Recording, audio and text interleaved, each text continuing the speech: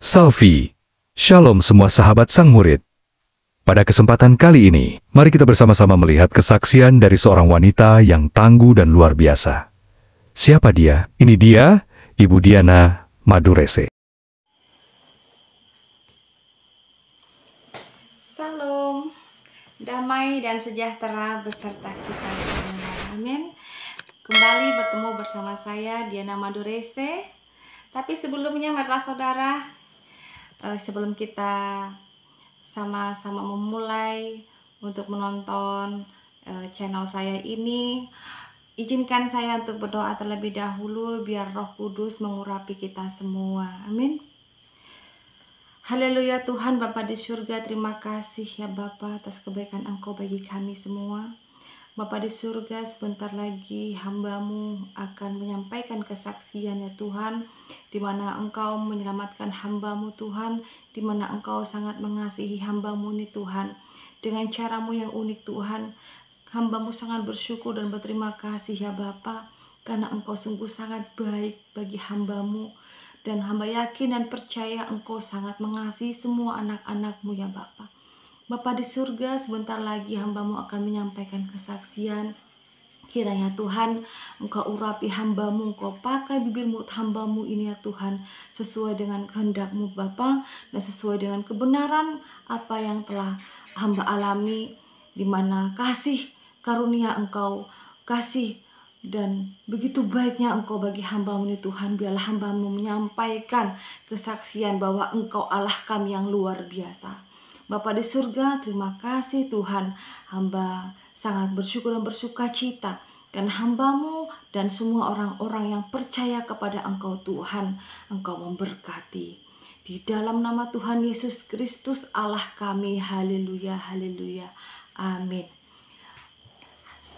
Segala puji dan syukur kepada Tuhan Yesus. Saya sangat bersyukur karena saat ini saya akan menyampaikan kesaksian saya di part kedua atau bagian yang kedua saya. Lanjutan dari kesaksian saya yang pertama. Tetapi saya mohon maaf sebelumnya untuk semuanya, saudaraku yang terkasih di dalam Tuhan, atas keterlambatan saya untuk memberikan kesaksian saya selanjutnya. Karena kenapa saudaraku terkasih dalam Tuhan? Karena saya beberapa waktu yang lalu saya terkena COVID, sehingga 2 kali saya sakit saudara. Dan saya ada sampai saat ini bukan karena saya yang kuat, tetapi karena Tuhan Yesus yang sangat baik buat saya dan Anda. Kenapa saya mengatakan seperti itu saudaraku? Karena kalau bukan karena kasih dan kebaikan Tuhan kepada saya tidak ada sampai saat ini, dan saya tidak bisa menyampaikan kebenaran-kebenaran dan kesaksian yang telah saya lalui. Tapi saudaraku dalam kasih dalam Tuhan, Tuhan Yesus sangat baik bagi saya dan Anda, karena saya di sini akan menyampaikan bagaimana kebaikan-kebaikan dan kesaksian saya bahwa Tuhan Yesus atau Tuhannya orang Kristen itu sangat luar biasa. Tetapi saudaraku dalam kasih dalam Tuhan, mari saya undang dengan kerendahan hati saya, silahkan di subscribe, di like, di share. Kiranya kesaksian saya ini bisa memberkati Anda dan juga semuanya saudaraku. Saudaraku dalam Tuhan, saya akan menceritakan bagaimana selanjutnya setelah saya mendapatkan mujizat-mujizat Tuhan yang sebelumnya.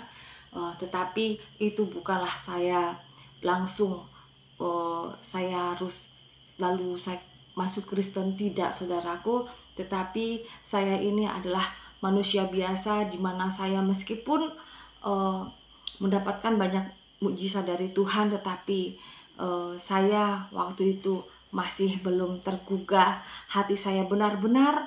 Saya belum percaya benar-benar 100%, sehingga Tuhan Yesus memproses saya dengan luar biasanya. Saudaraku dalam Tuhan, apa saja proses-proses dalam kehidupan saya sehingga begitu Tuhan membentuk saya dengan luar biasa saudara.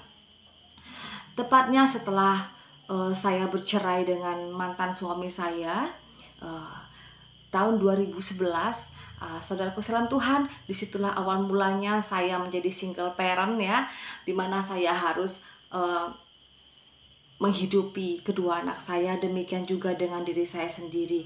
Karena setelah saya bercerai saudaraku, saya tentunya juga harus keluar dari asrama polisi ya, karena mantan suami saya seorang polisi, dan waktu itu saya tinggal di asrama polisi atau namanya asrama perintis, nah, di Kabupaten Sampang gitu ya. Saudara kesalam Tuhan, otomatis itu membuat saya harus keluar, dan saya juga nggak tahu bagaimana, apakah mantan suami saya meneruskan menempati asrama itu atau bagaimana, saya tidak tahu. Yang pasti saudara dalam Tuhan, saya waktu itu di dalam pikiran saya mau bersama dengan anak-anak saya sudah bahagia. Karena kenapa saudara dalam Tuhan? Anak adalah buat saya harta yang tidak ternilai saudaraku. Padahal waktu saat itu saya honor ya, atau saya bekerja sebagai guru tenaga honor di sebuah SD, tepatnya di SD Beringin ya, di Tambelangan, Kecamatan Tambelangan, Kabupaten Sampang. Dan saya di situ bekerja ataupun mengajar dari 2004 dan saya keluar 2013 saudaraku.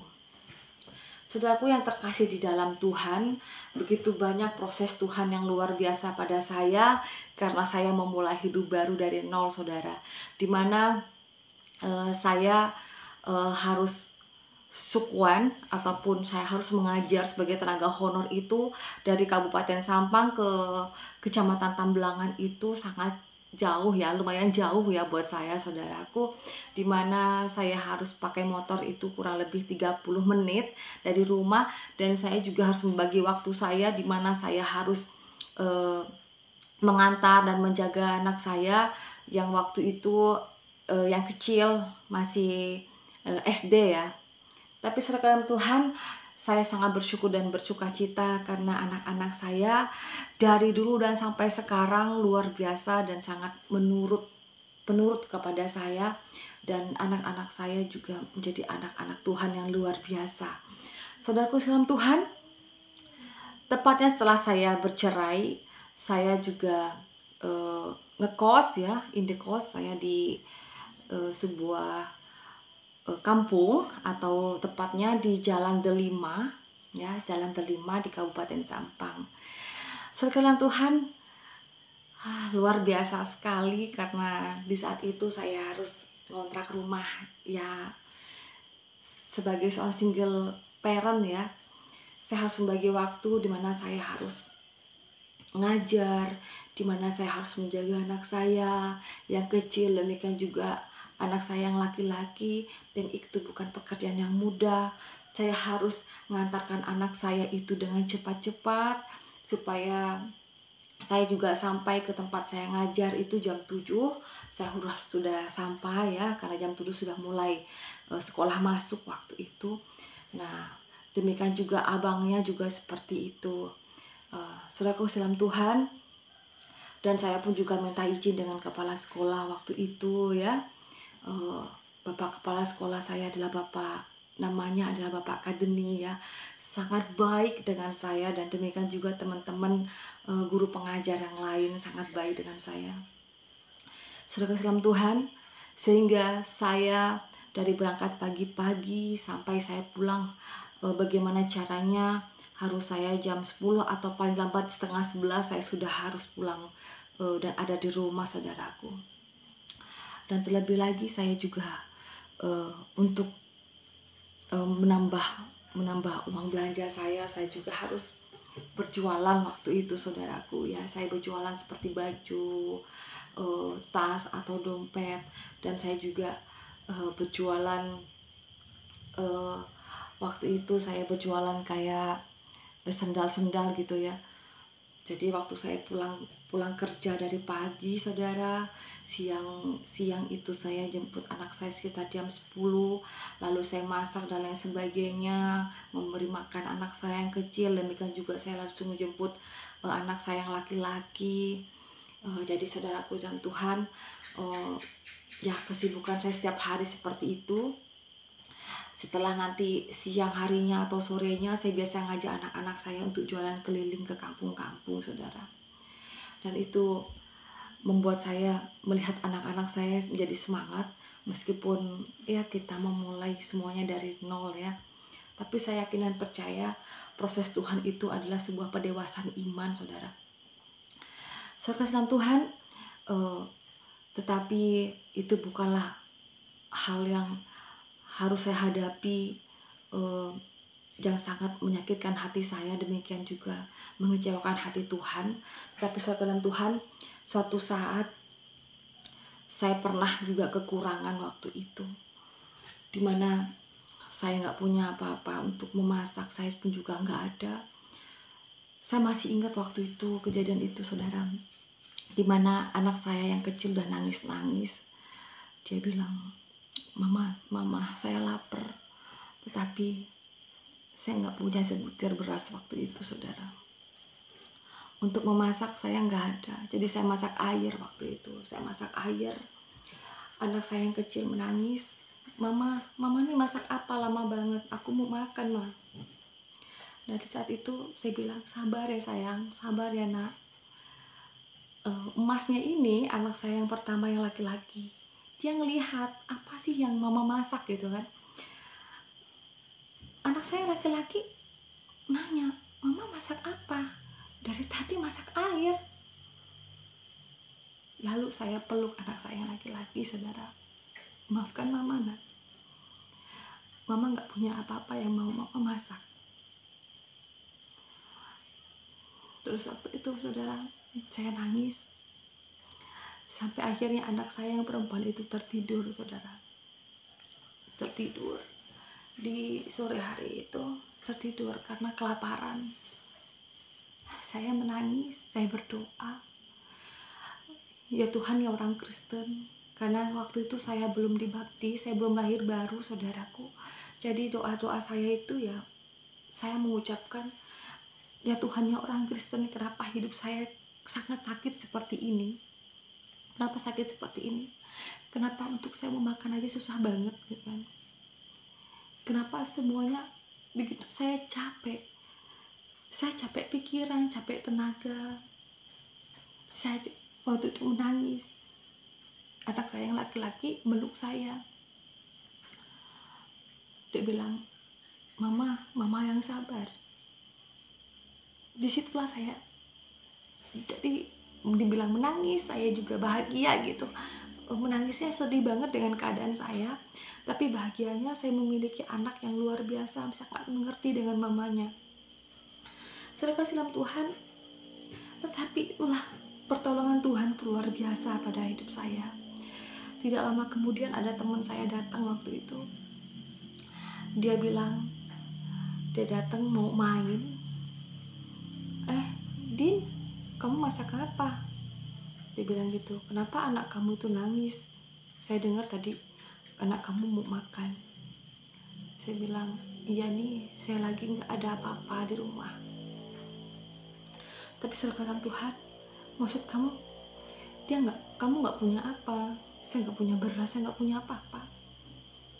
Saya waktu itu diam, juga senyum gitu kan. Oh ya udahlah, kalau gitu saya mau keluar dulu ya gitu. Kawan saya, dia bilang saya mau keluar dulu. Tapi nggak taunya saudara, dia membawa 1 karung beras. Dia bawa mie instan, dia bawa telur. Kalau di sini bilang, kalau orang di sini bilang itu 1 piring. Tapi kalau orang di sana bilang 1 kerat gitu. Isinya 1 piring itu 30 telur gitu, saudara. Kenapa kamu begitu baik sama saya? Saya nggak punya apa-apa loh. Saya belum punya uang untuk bayar ini. Dia bilang, saya ikhlas bantu kamu. Jadi disitulah saya bersyukur sekali gitu. Ini orang kenapa baik dengan saya? Kenapa orang ini lalu datang di pas yang sangat tepat gitu. Saudara Tuhan, waktu itu saya belum mengerti tentang bagaimana Tuhan menolong anak-anaknya. Saya juga nggak ngerti bagaimana menjadi orang Kristen yang baik dan benar waktu itu. Yang pasti saya berdoa Terima kasih Tuhan ya orang Kristen. Engkau sudah mengirimkan orang ini yang baik buat saya. Artinya saudaraku dalam Tuhan, kalau benar-benar kita itu bersyukur kepada Tuhan, masalah apapun yang Anda hadapi saat ini, Anda harus bersyukur dan bersukacita karena Tuhan Yesus itu baik dan Tuhan Yesus pasti menyertai kita. Amin. Singkat cerita saudaraku sekalian Tuhan, lalu esoknya lagi ada kawan saya datang, saudara. Ada kawan saya datang, lalu dia menawarkan sebuah pekerjaan. Waktu itu kan saya kerja jadi honor nih, tenaga honor di SD gitu kan. Dan kedua, saya juga jualan keliling kan, saudaraku. Taulah jualan keliling, kadang dapat kadang enggak gitu kan. Tapi nggak taunya waktu itu ada kawan yang datang, dia bilang, Diana, coba mungkin kamu bisa nggak bergabung dengan saya, kamu kerja sebagai agen asuransi. Saya bilang, gimana caranya gitu kan. Saya dikasih tahu begini menjelaskan apa keuntungan dari asuransi dan sebagainya gitu, menjual sebuah produk gitu kan.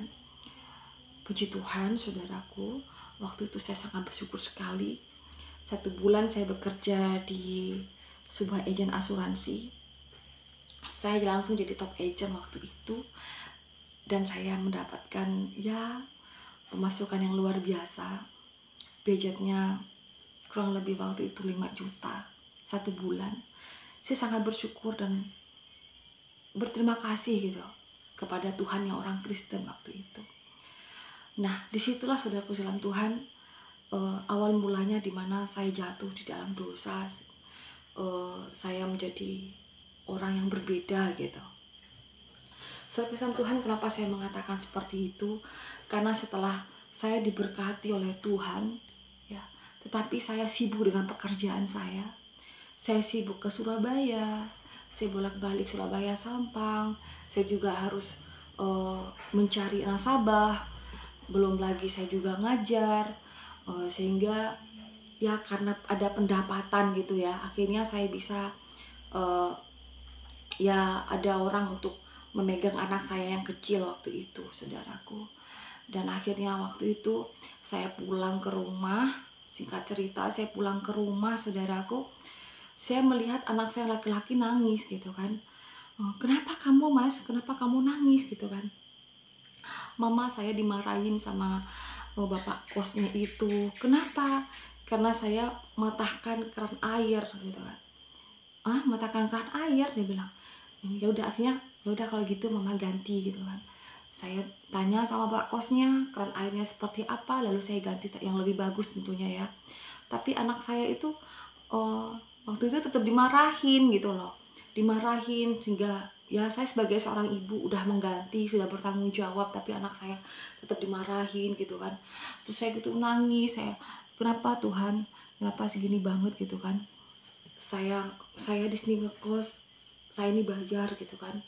Terus anak saya merusak keran air, saya sudah ganti, kenapa saya pun juga dimarahin, anak saya juga dimarahin. Ngenes banget waktu itu saudaraku. Dan ada perkataan-perkataan yang waktu itu membuat saya terus sakit dan tersinggung gitu ya, sebagai seorang ibu. Mana saya tahan gitu. Jadi waktu itu saya lari ke belakang rumah kos saya nangis waktu itu saudaraku, saya nangis sendirian gitu kan. Tuhan ya orang Kristen, saya sangat ingat waktu itu saya bilang, Tuhan ya orang Kristen, kenapa sih kok hidup saya menyakitkan terus gitu loh. Saya udah berusaha untuk yang terbaik gitu. Kenapa saya sekarang diginiin anak saya?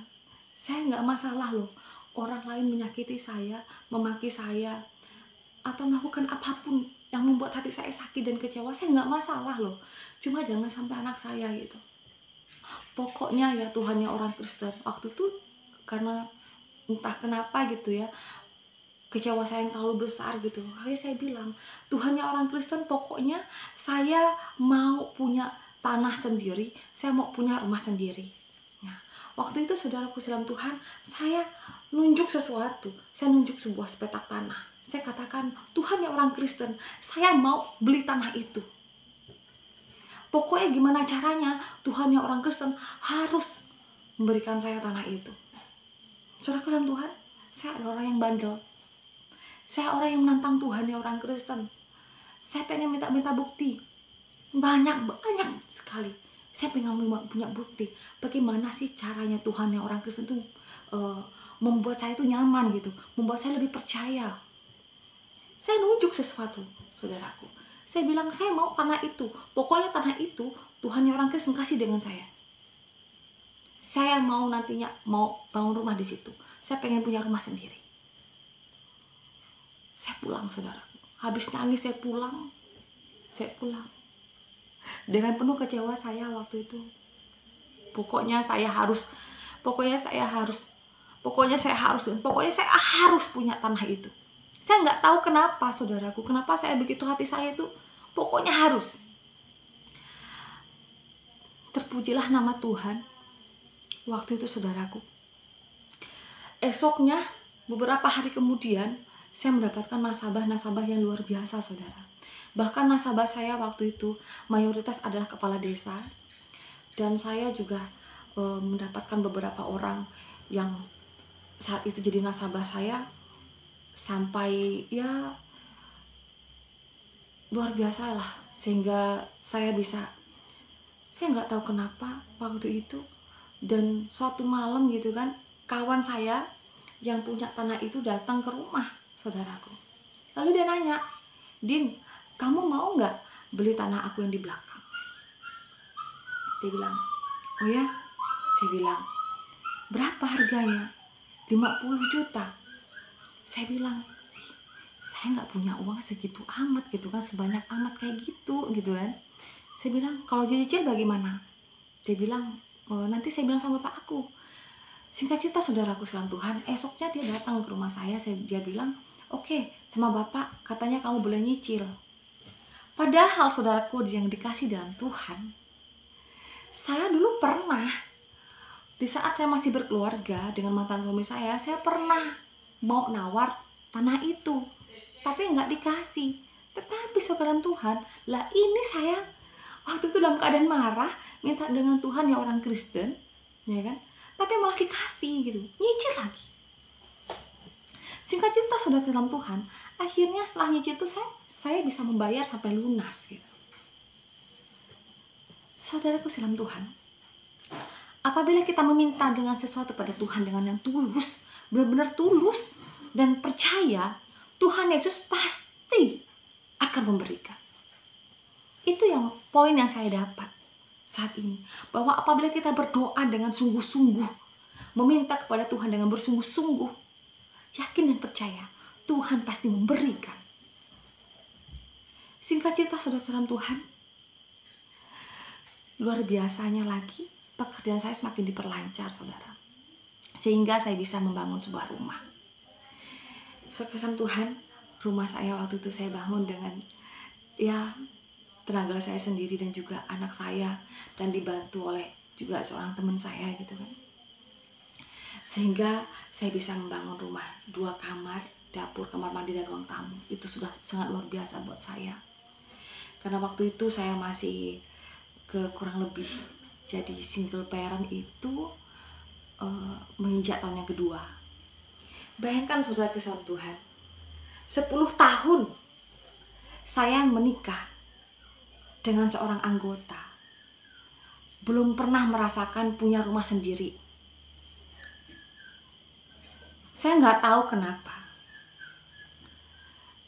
Dan dalam 10 tahun itu, sebelum saya bercerai, saya sedang proses pembuatan rumah di sebuah perumahan, tetapi itu pun diminta dengan mantan suami saya. Di saat saya proses bercerai, saya kasih. Saya cuma minta anak waktu itu. Yang saya nggak habis pikir, saudaraku dalam Tuhan, ini saya jadi single parent, saya bisa membeli tanah, dan saya bisa membangun rumah, meskipun rumah sederhana. Coba saudara dalam Tuhan, kalau bukan karena kebaikan Tuhan, saya nggak bisa punya rumah dalam waktu menginjak tahun kedua. Saudaraku Islam Tuhan, saat ini yang membuat saya kesaksian saya luar biasa. Saya meminta kepada Tuhan bahwa dengan minta dengan tulus dan bersungguh-sungguh, Tuhan pasti memberikan. Mintalah maka akan diberikan. Percaya saudara firman Tuhan, bahwa firman Tuhan yang ada itu adalah firman Tuhan yang hidup. Mintalah maka akan diberikan. Ketuklah maka akan dibukakan. Saudara Islam Tuhan, singkat cerita kemudian bahwa setelah saya punya rumah, inilah bagaimana perjalanan hidup saya sehingga saya menjadi orang yang lupa diri, saudara. Saya tidak pernah ke gereja waktu itu karena kan memang mau masuk gereja kan susah di Madura. Mau masuk ke gereja di Pamekasan masih diminta KTP lagi, ini dan itu lain sebagainya. Bayangkan saya mau belajar tapi susah masuk gereja. Dan sekarang gereja itu bisa banyak yang terbuka, tapi susah orang umat mau masuk ke situ. Singkat cerita saudara dalam Tuhan, rumah sudah ada. Anak-anak terjamin dari makanan, pendidikan, keperluan sehari-hari. Demikian juga saya. Sampai saya bisa buka usaha waktu itu adalah bikin usaha kolam ikan ya waktu itu. Setelah saya jadi single parent, luar biasa saudara. Itulah saudaraku sekalian Tuhan, dimana apabila kita sedang ingin memiliki sebuah pekerjaan, kita akan berdoa bersungguh-sungguh, bahkan sampai nangis terseduh-seduh saudara. Tetapi di saat Tuhan memberkati sebuah pekerjaan, banyak anak Tuhan yang lupa diri. Benar atau benar? Pasti benar. Jadi saudara kesan Tuhan, di saat kita ingin sebuah pekerjaan kita berdoa. Tapi kebanyakan orang di saat mendapatkan pekerjaan yang baik, dia lupa. Semakin pekerjaan yang baik, semakin besar gajinya, semakin lupa diri. Banyak, meskipun gak semuanya, bener kan? Saudara Tuhan, dan demikian juga terhadap saya waktu itu, dimana setelah saya mendapatkan sebuah salary, gaji saya lumayan gitu kan, punya rumah, punya usaha, saya jadi lupa diri saudara. Saya memberikan kesaksian bukan berarti saya membuka aib ya, tetapi saya ingin mengajarkan kepada kita semua bahwa Tuhan Yesus itu baik, ingin menyelamatkan anak-anaknya dengan caranya Tuhan, dengan cara yang unik dan berbeda pada setiap anak-anaknya. Terhadap orang-orang percaya itu berbeda saudara, nggak sama antara saya dengan Anda, itu juga berbeda cara Tuhan. Jadi saudara Tuhan, gimana ceritanya sehingga saya lupa diri? Artinya singkat cerita saudaraku yang dikasih dalam Tuhan, bahwa saya menjadi orang yang lupa diri. Saya selalu disibukkan, saya sampai gak punya waktu untuk buka Alkitab lagi. Bahkan semuanya kayaknya semakin digampangkan karena saya memiliki uang waktu itu ya saudaraku. Tetapi ada salah satu teman saya yang tahu bahwa saya itu memang sudah menjadi orang Nasrani, dan saya mempercayai bahwa saya tuh mempunyai Alkitab yang berbeda, mempunyai kitab yang berbeda gitu loh. Dan cuma pesan kawan saya waktu itu cuma bilang, pokoknya kamu jangan kasih tahu orang banyak dulu kalau kamu itu sekarang mau jadi orang Kristen. Nanti tahu kan kamu hukuman di sosial itu bagaimana, hukuman daerah ini bagaimana apabila kita itu menjadi seorang yang murtad, menjadi dari orang Islam masuk Kristen itu bagaimana, kasihan kamunya nanti, bisa-bisa kamu diusir dari kampung dan lain sebagainya. Kawan saya itu mengatakan hal seperti itu. Ya akhirnya saudaraku, waktu itu saya diam-diam saja gitu kan. Saya nggak bilang dengan siapa-siapa kalau saya memang sering membaca Alkitab, dan saya dalam hati saya memang mau jadi orang Kristen waktu itu. Cuma nggak tahu caranya saudara gitu. Singkat cerita saudaraku, karena begitu banyak saya sering keluar ya, sering ke Surabaya, terus saya sering juga mencari nasabah dan lain sebagainya. Sehingga usaha saya yang di rumah itu anak saya yang ngelolanya saya ajarin. Anak saya yang laki-laki, anak saya yang perempuan, dia sering saya tinggal-tinggal, saudaraku. Karena bagaimanapun juga sebagai seorang single parent, saya ingin berikan yang terbaik untuk anak saya. Secara finansial tentunya ya. Tetapi itulah cara Tuhan yang sangat unik buat saya. Singkat ceritanya saudaraku sekalian Tuhan, setelah saya sudah merasa nyaman secara finansial, ternyata waktu itu saya sakit ya. Dengan tiba-tiba saya jatuh sakit. Waktu itu saya pulang dari Surabaya, sampai di rumah jam 7 malam, saya masih sehat waktu itu saudaraku. Saya nggak kurang apapun, saya nggak merasa pusing, saya nggak merasa mules, saya merasa apa-apa, enak, enjoy, badan saya sehat. Tetapi saudara kasih Tuhan, waktu itu saya bangun tengah malam, maunya ingin ke kamar mandi, ingin buang air kecil waktu itu. Tetapi saya nggak bisa buka mata saya nggak melihat apa-apa waktu itu. Dan serasanya muter-muter gitu, membuka mata muter-muter saudaraku, sehingga waktu itu saya muntah, muntah sampai yang ada isi dalam perut saya ini udah lemes banget, keluar semua gitu. Dan apapun saya nggak bisa ngeliat apa-apa, mau kencing pun juga nggak bisa. Dan waktu itu saudaraku, saya ngerasa sangat saya takut kematian waktu itu. Dan saya berusaha mencari bantuan dengan saya telepon. Saya sembarangan telepon saudaraku. Karena kebetulan waktu itu saya punya HP center ya, dan satunya juga HP Android. Jadi saya pencet apa yang saya pencet aja di HP center itu gitu kan. Akhirnya tersambung pada teman saya. Cuma teman saya itu ngerasa takut karena rumahnya jauh gitu kan dari rumah saya. Rumahnya kawan saya itu waktu itu deket Torjun gitu ya, Torjun di masih juga Kabupaten Sampang tapi agak jauh gitu. Dan itu kan nggak mungkin seorang perempuan, kawan yang saya telepon tuh perempuan, ternyata perempuan gitu loh. Saya mencet sembarangan aja, dan yang waktu itu yang nyambung adalah kawan saya yang perempuan gitu. Dan saya pencet lagi, asal pencet waktu itu saudaraku, dan tersambung dengan kawan saya yang laki-laki gitu kan. Saya tanya, bisakah kau bawa saya ke rumah sakit? Aduh, katanya, ini jam berapa?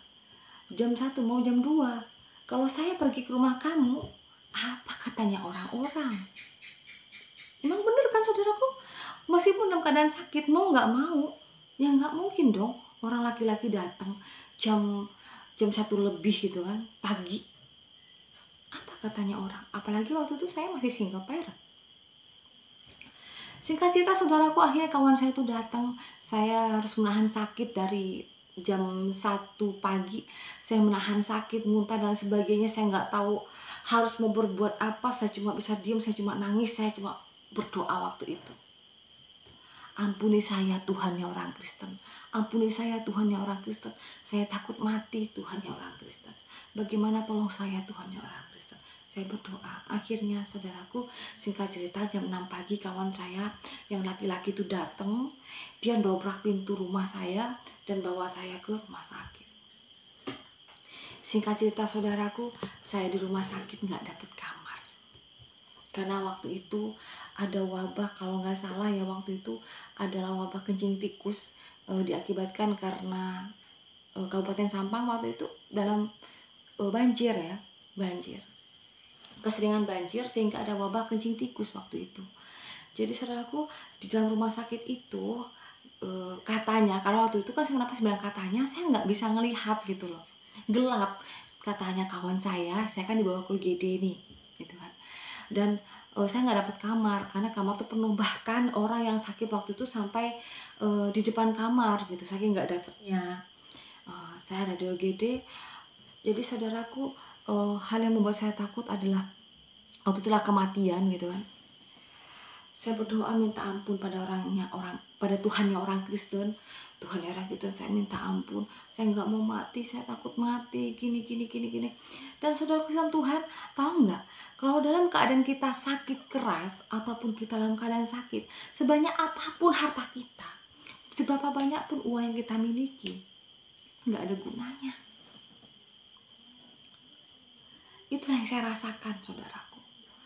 Mau punya rumah, ataupun Anda saat ini punya rumah besar, rumah Anda banyak, Anda pengusaha, Anda punya uang sampai berjuta-juta, bermiliar ataupun triliun sekalipun, di saat Anda sakit Anda keras, Anda ngerasa nggak guna. Itu yang saya rasakan. Saya ngerasa saya nggak berguna, saya punya uang waktu itu.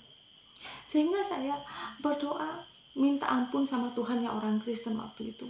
Tuhannya orang Kristen, saya minta ampun Tuhannya orang Kristen. Dan saya diagnosa waktu itu di WGD bahwa saya itu terkena penyakit vertigo, emah, dan juga penyumbatan pembuluh darah di otak. Dan saya harus dibawa ke Rumah Sakit Dr. Sutomo, Surabaya. Singkat cerita, saudaraku yang terkasih di dalam Tuhan, yang saya dengar dari dokter yang memeriksa saya tambah takut. Karena kenapa? Dokter menganalisa saya itu, memeriksa bahwa saya ada penyempitan pembuluh darah di otak. Saya trauma dengan almarhum papa saya yang sakit tumor otak sampai meninggal. Saya tambah takutlah, saudaraku. Saya berdoa, benar-benar minta ampun kepada Tuhannya orang Kristen. Tuhannya orang Kristen, tolong ampuni saya, Tuhannya orang Kristen. Berikan saya kesempatan untuk hidup. Saya mau ikut apa katanya Tuhannya orang Kristen. Saya mau memperbarui hidup saya, Tuhannya orang Kristen. Ampuni saya, Tuhannya orang Kristen. Saya berjanji bahwa saya akan mengikuti apa katanya orang Kristen. Saya akan memulai belajar lagi membaca Alkitab. Saya akan belajar lagi menjadi bagaimana orang Kristen itu yang baik dan benar menurut Alkitab. Itu yang saya katakan. Dan janji saya pada Tuhannya orang Kristen. Singkat cerita, saudaraku sama Tuhan, saya tanya dengan kawan saya, jam berapa? Waktu saya dimasukkan ke rumah sakit, jam 6. Terpujilah nama Tuhan Yesus Kristus waktu itu, yang saya sebut Tuhannya orang Kristen. Saya jam 8 pagi, saya lihat di HP jam 8. Ternyata sedikit demi sedikit, dan akhirnya saya bisa melihat dengan terangnya, bahwa saya bisa melihat lagi. Itu luar biasa, saya bahagia. Tetapi saudaraku yang kasih Tuhan, kebahagiaan saya itu hanya sementara dan berubah jadi sebuah ketakutan. Karena kenapa, saudaraku? Terserah di saat saya menoleh ke samping saya waktu itu, ternyata ada orang meninggal. Saya kan di IGD, saudaraku. Orang meninggal itu kepalanya kebelah. Banyak orang-orang di situ yang menangis. Saya ngeri waktu itu. Dan di sebelahnya lagi, saya melihat ada dokter itu menjahit sebuah kaki yang sobek. Saya tambah ketakutan. Ya Tuhan ya orang Kristen, ampuni saya Tuhan ya orang Kristen. Saya sudah berdosa, saya sudah nggak belajar lagi Alkitab, tidak membaca Alkitab, tetapi saya menjadi orang yang sombong. Saya ngerasa bahwa saya ini sudah luar biasa, saya punya penghasilan. Semua apa yang saya inginkan bisa. Karena kenapa, saudaraku? Karena di saat itu hati saya masih belum ada pengampunan yang benar-benar untuk mantan suami saya. Di saat itu saya menginginkan, saya akan membuktikan bahwa saya bisa. Saya bisa. Dan saya menjadi lebih baik daripada sebelumnya secara finansial. Itu saudaraku sama Tuhan. Kalau Anda tidak bisa mengampuni orang lain, Anda akan hidup dalam tekanan sendiri. Karena tekanan itu Anda sendiri yang buat, termasuk saya waktu itu. Tetapi setelah saya bisa menghasilkan banyak uang, cukuplah untuk diri saya dan hidupi anak saya. Saya menjadi orang sombong waktu itu, saudara. Sehingga apa? Saya pikir, oh, anak saya ada yang pegang. saya bisa kerja bolak-balik Surabaya, Sampang. Bahkan saya memberikan kesaksian kepada Anda. Bukan saya yang membuka aib saya. Sampai saya waktu itu pergi ke diskotik untuk bikin saya have fun. Saya ingin melepaskan penat pikiran saya, hati saya waktu itu. Tetapi seperti itu, orang yang bukannya lari mendekat pada Tuhan, tetapi ingin mencari kebahagiaan sesaat, ya senangnya sesaat, saudaraku. Singkat cerita, saudaraku, setelah saya melihat orang-orang yang di OGD itu, saya minta ampun dengan Tuhan. Saya berjanji dengan Tuhan yang orang Kristen. Berikan saya kesempatan Tuhan yang orang Kristen. Saya berjanji saya akan mengikuti apa kata Tuhan yang orang Kristen. Saya akan lebih belajar lagi bagaimana saya menjadi orang Kristen yang baik dan benar. Akhirnya saudaraku sekalian Tuhan, entah bagaimana di dalam hati saya dan pikiran saya waktu itu, saya mau pulang. Sampai akhirnya dokter itu marah dengan saya karena ambulan yang membawa saya ke Surabaya sudah ada. Tapi dalam Tuhan, saya kekeh mau pulang. Akhirnya saya menandatangani bahwa itu kepulangan saya adalah kehendak saya sendiri. Singkat cerita, saudaraku, saya pulang ke rumah. Belum saya buka pintu rumah saya melihat orang meninggal sedang mau dibawa ke kuburan. Saya tanya, siapa yang meninggal? Bapak Haji siapa waktu itu? Saya lupa namanya. Disitulah saya menangis, saudaraku yang terkasih dalam Tuhan. Kenapa, saudaraku? Saya buka pintu, saya sujud, saya mencium lantai di rumah saya. Saya minta ampun. Tuhan yang orang Kristen, ampuni saya. Saya sungguh sangat berdosa. Dan saya berjanji akan mengikuti apa katanya Tuhan yang orang Kristen. Itu janji saya, saudaraku. Karena kenapa? Saya benar-benar takut mati waktu itu. Tuhan yang orang Kristen, saya minta ampun, saya minta ampun, saya minta ampun. Berikan saya kesempatan. Itu terus yang saya katakan. Singkat cerita, saudaraku yang terkasih di dalam Tuhan, malamnya sekitar jam 1, jam 2 pagi saya terbangun karena kenapa? Saya kaget. Dalam mimpi saya melihat sosok berjubah putih mengangkat dua tangan saya, mengangkat tangan dan mengatakan, anakku, engkau akan melayaniku. Saya bangun. Tuhan yang orang Kristen, apa maksudnya?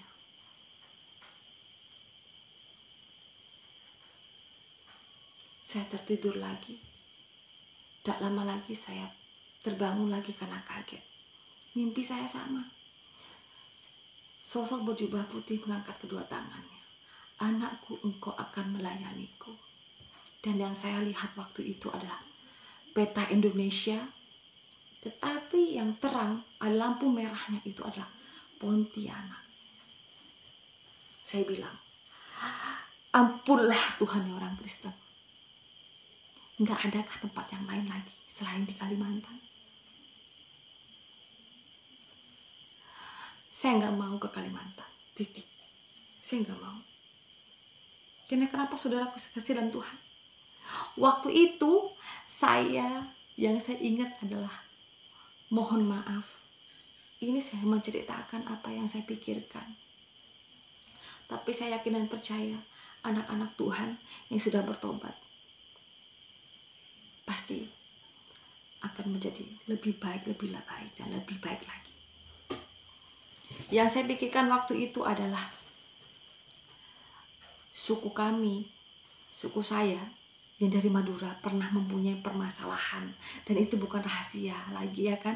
Semua orang juga tahu, ya, dari se-Indonesia, bahkan di luar negeri pun juga tahu bahwa suku kami, yaitu suku saya yang sebagai suku Madura, pernah terjadi sesuatu peperangan dengan suku Dayak.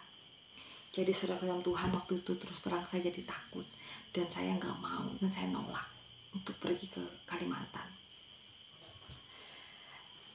Ternyata saudaraku, esoknya lagi saya mimpi yang sama.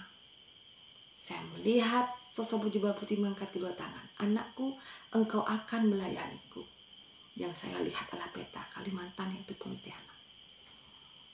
Saya bilang, Tuhan yang orang Kristen itu salah. Nggak adakah pulau yang lain? Sumatera, Sulawesi, Bali, Papua, atau kemana lah? Jangan ke Kalimantan, Tuhan yang orang Kristen. Saya bilang, Tuhan yang orang Kristen itu pasti salah ngasih tahu. Itu yang saya katakan. Saya nggak terima, saudara. Karena kenapa? Yang saya pikirkan ya ketakutan itu. Saya tidak pernah ada keluarga yang tinggal di Kalimantan. Yang setahu saya nggak ada. Tentunya saya nggak mau dong kalau misalnya terjadi sesuatu gitu kan. Apa yang terjadi dengan saya dan anak-anak saya nanti? Akhirnya saudaraku, waktu itu saya nggak jadi. Dan saya nggak mau pergi ke Kalimantan.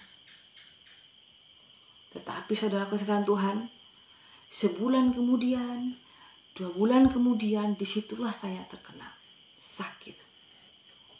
Singkat cerita, saya terkena penyakit kulit, saudara. Kalau dari kedokteran, sakit saya itu adalah sakit penyakit kulit herpes. Di mana di sini saya, sini semua badan saya semuanya sampai di leher lah. Ya, semuanya saudaraku. Yang terakhir adalah tercoreng di wajah saya.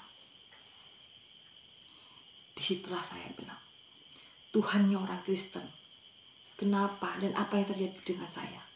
Tapi pokoknya saya nggak mau pergi ke Kalimantan. Saya akan berobat.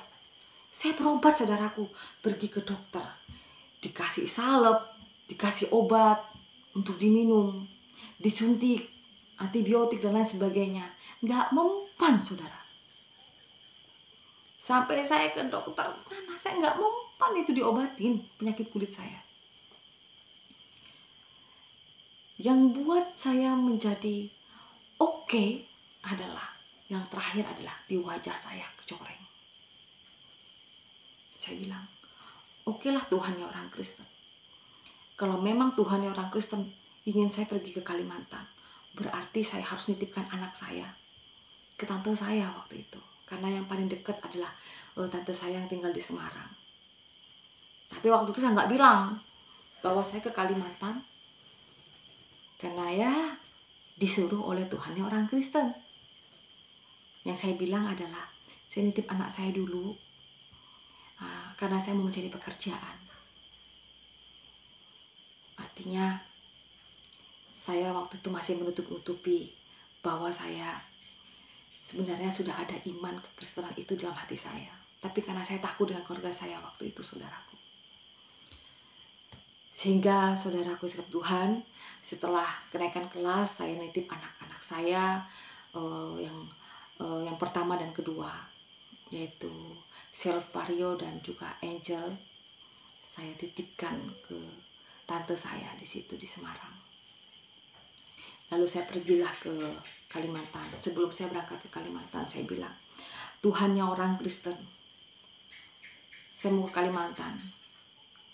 Kalau memang benar Tuhannya orang Kristen ingin saya ke Kalimantan, sembuhkan saya. Harapan saya waktu itu adalah sembuh. Bukan untuk apa-apa, bukan mau belajar, bukan mau ke gereja dan sebagainya. Saya cuma pengen sembuh waktu itu.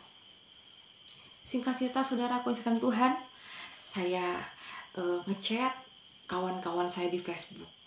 Kebetulan saya ada kawan di Facebook, beberapa kawan ya, beliau orang Dayak semua. Saya bilang saya mau main-main ke Kalimantan, saya pengen tahu Kalimantan. Sehingga singkat cerita saudaraku, saya dijemput oleh kawan saya perempuan, lalu saya dibawa ke Kabupaten Sanggau, dan waktu itu saya menginap di rumah keluarganya beliau gitu.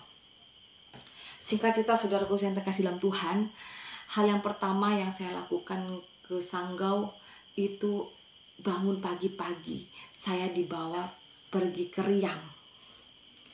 untuk mandi, saudara.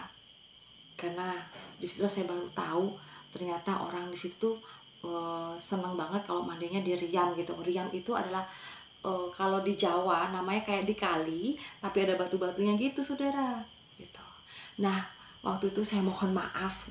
Saya mohon maaf sebelumnya saya menceritakan ini, saya mohon maaf.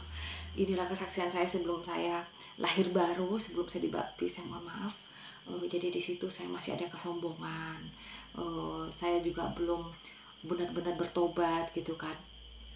Waktu pertama kali saya mandi di riam gitu kan, saya bilang, ih, kenapa ya kok orang-orang di sini kok senang mandi di sungai kayak gini gitu kan.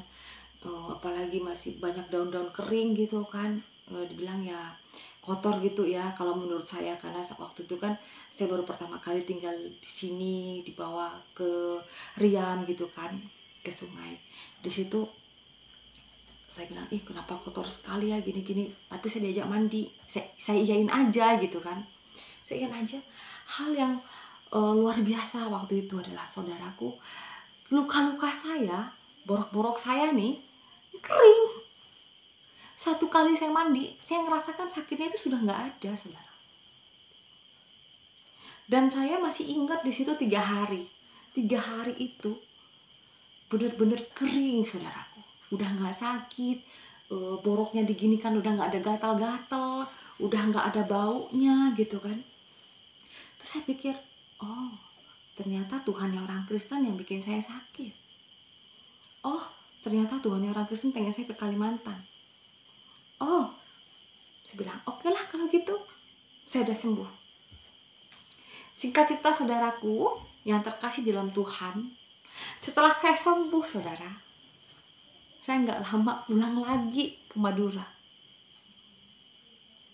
Tetapi ternyata setelah saya sembuh, saya pulang ke Madura, yang terjadi, saya di saat makan apapun nggak ada rasa garamnya, asin nggak ada, manis nggak ada, pahit nggak ada. Yang ada itu hambar, nggak ada rasa apa-apa. Saya pikir waktu itu saya sakit panas dalam gitu kan. Saya pulang ke Madura bukannya saya bahagia karena saya sudah sembuh, enggak. Tapi saya mau makan apapun nggak ada rasanya. Mau asam, asin, manis nggak ada, saudara. Sampai saya ambil garam, maksud saya ambil garam, saya taruh ke mulut saya, nggak ada rasa asinnya. 1 sendok pun pernah saya itu coba, nggak ada asinnya. Lalu saya pergi ke waktu itu beli ayam panggang yang paling enak waktu itu ya di Kabupaten Sampang, gitu kan. Itu pun nggak ada rasa ayamnya, sambalnya nggak ada rasanya, semuanya hambar. 1 mingguan saya di situ, saya ngerasa menderita, saudara. Ada apa dengan saya? Terpujilah nama Tuhan. Saya akan menceritakan nextnya, yang ke part ketiga atau bagian ketiga. Apa yang terjadi dengan saya setelah saya tidak merasakan makanan apapun? Apakah saya tinggal di Sampang atau saya kembali ke Kalimantan? Jangan lupa di subscribe, di like, di share kesaksian saya. Kita akan berjumpa di kesaksian yang berikutnya. Tuhan Yesus memberkati. Haleluya.